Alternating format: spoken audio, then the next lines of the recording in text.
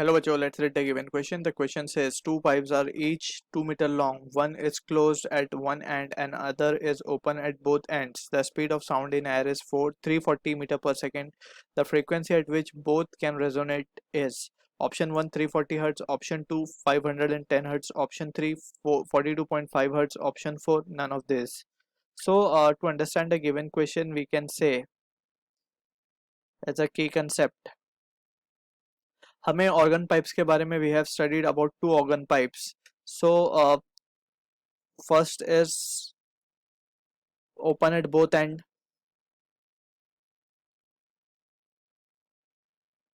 and second one is closed at one end, right? तो यहाँ पे we have seen the differences. यहाँ पे जो फंडामेंटल फ्रीक्वेंसीज हमें मिलती है in case of the both end open pipe, it is v by 2l.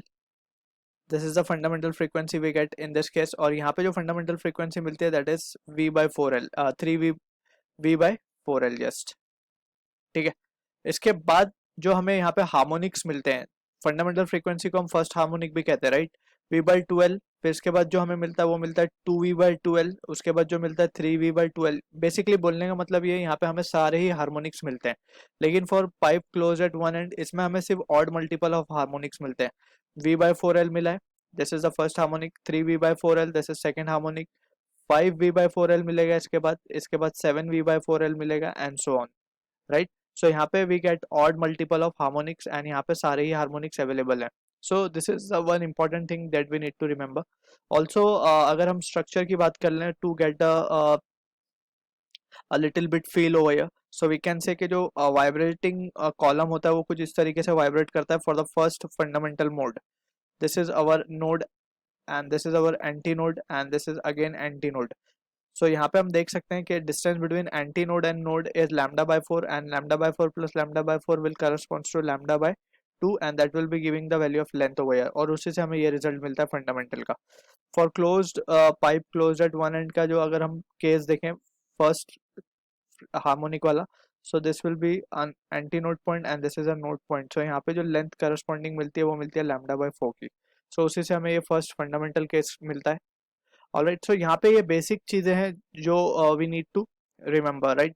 और हमें ये भी पता है कि जब हम जो सेकंड हार्मोनिक होता है इन दिस केस, यहाँ पे ये फर्स्ट ओवरटोन रिप्रेजेंट करेगा. यहाँ पे थर्ड हार्मोनिक जो होगा ये फर्स्ट ओवरटोन रिप्रेजेंट करेगा, राइट? फिर फिफ्थ हार्मोनिक जो होगा ये सेकंड ओवरटोन रिप्रेजेंट करेगा एंड यहाँ पे जो थर्ड हार्मोनिक होगा वो सेकेंड ओवरटोन रिप्रेजेंट करेगा. So this are the basic few clarity हमें होनी चाहिए रिगार्डिंग द ऑर्गन पाइप्स. ठीक है. अब इसी को यूज करते हुए will try to analyse the given question. अच्छा, एक चीज और हमें यहाँ समझनी होगी about the resonance condition. Resonance condition वो कंडीशन होती है जब हम बोलें कि जो दो सोर्स वाइब्रेट कर रहे हैं वो सेम फ्रीक्वेंसी पे वाइब्रेट कर रहे हो, राइट? दोनों की फ्रीक्वेंसी जब मैच हो जाती है जब हम कहते हैं कि रेजोनेंस अकर्ड. क्लियर? अब यही सिचुएशन में हमसे बोला जा रहा है कि दो पाइप है, दोनों की लेंथ जो है 2 मीटर है. One is close eight one and other is open at both and और स्पीड ऑफ साउंड हमें गिवन है, राइट? सो अगर हम बात करें पहले तो क्लोज पाइप की बात कर लेते हैं. सो क्लोज पाइप में देखते हैं कि फ्रीक्वेंसीज कौन सी मिल रही है हमें, और जहाँ पे जो फ्रीक्वेंसी दोनों में मैच कर जाएगी वहीं पे रेजोनेंस हो जाएगा, right? So we can say close pipe के लिए जब हम बात करते हैं तो सबसे पहले तो v by 4l पे मिलेगा हमें, ठीक है ना? So v by 4l means fundamental जो फ्रीक्वेंसी आएगी, लेट्स से उसको हम n1 कह देते हैं.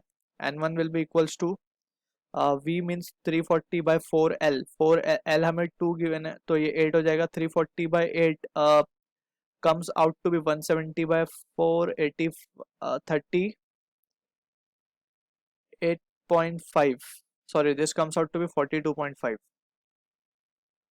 hertz, right? अब हम बात करें सेकेंड हार्मोनिक की, तो सेकेंड हार्मोनिक होगा 3 इंटू 42.5, यानी कि ये आ जाएगा हमारे पास 3 5 15, 3 2 6 7, 3 4 12, 127.5 हर्ट्स. एंड अगर हम यहाँ पे देखें तो सारी ही वैल्यूज जो हमें मिलेंगी, और third sorry this will be the third harmonic and यहाँ पे हमें मिलेगा फिफ्थ हार्मोनिक जैसे हमने यहाँ पे डिस्कस किया. तो fifth harmonic will be 5 into 42.5 and that will be equals to 5 5 25, 5 to the 10, 11, 12, 5 4 the 20, 21, 212.5 hertz. So इस तरीके की frequency we will be getting. So ये जो है ये सारे फ्रैक्शनल फॉर्म में हमें मिल रहे हैं, या फिर हम कहें कि डेसिमल फॉर्म में वैल्यूज आ रही हैं क्लोज पाइप की फ्रीक्वेंसीज की।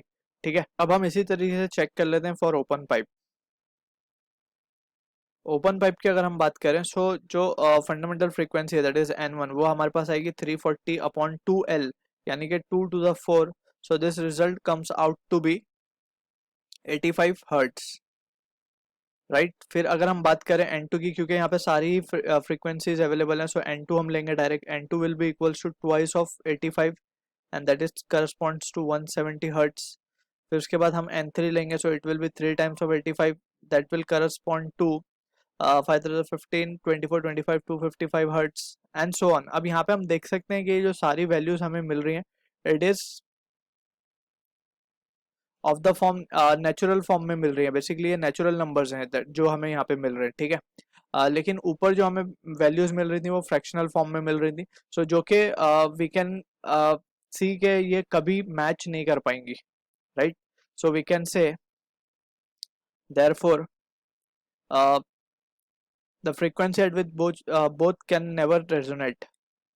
Both pipes can never resonate, right? So option हो जाएगा हमारा none of this. So I hope you understood the solution. All the best.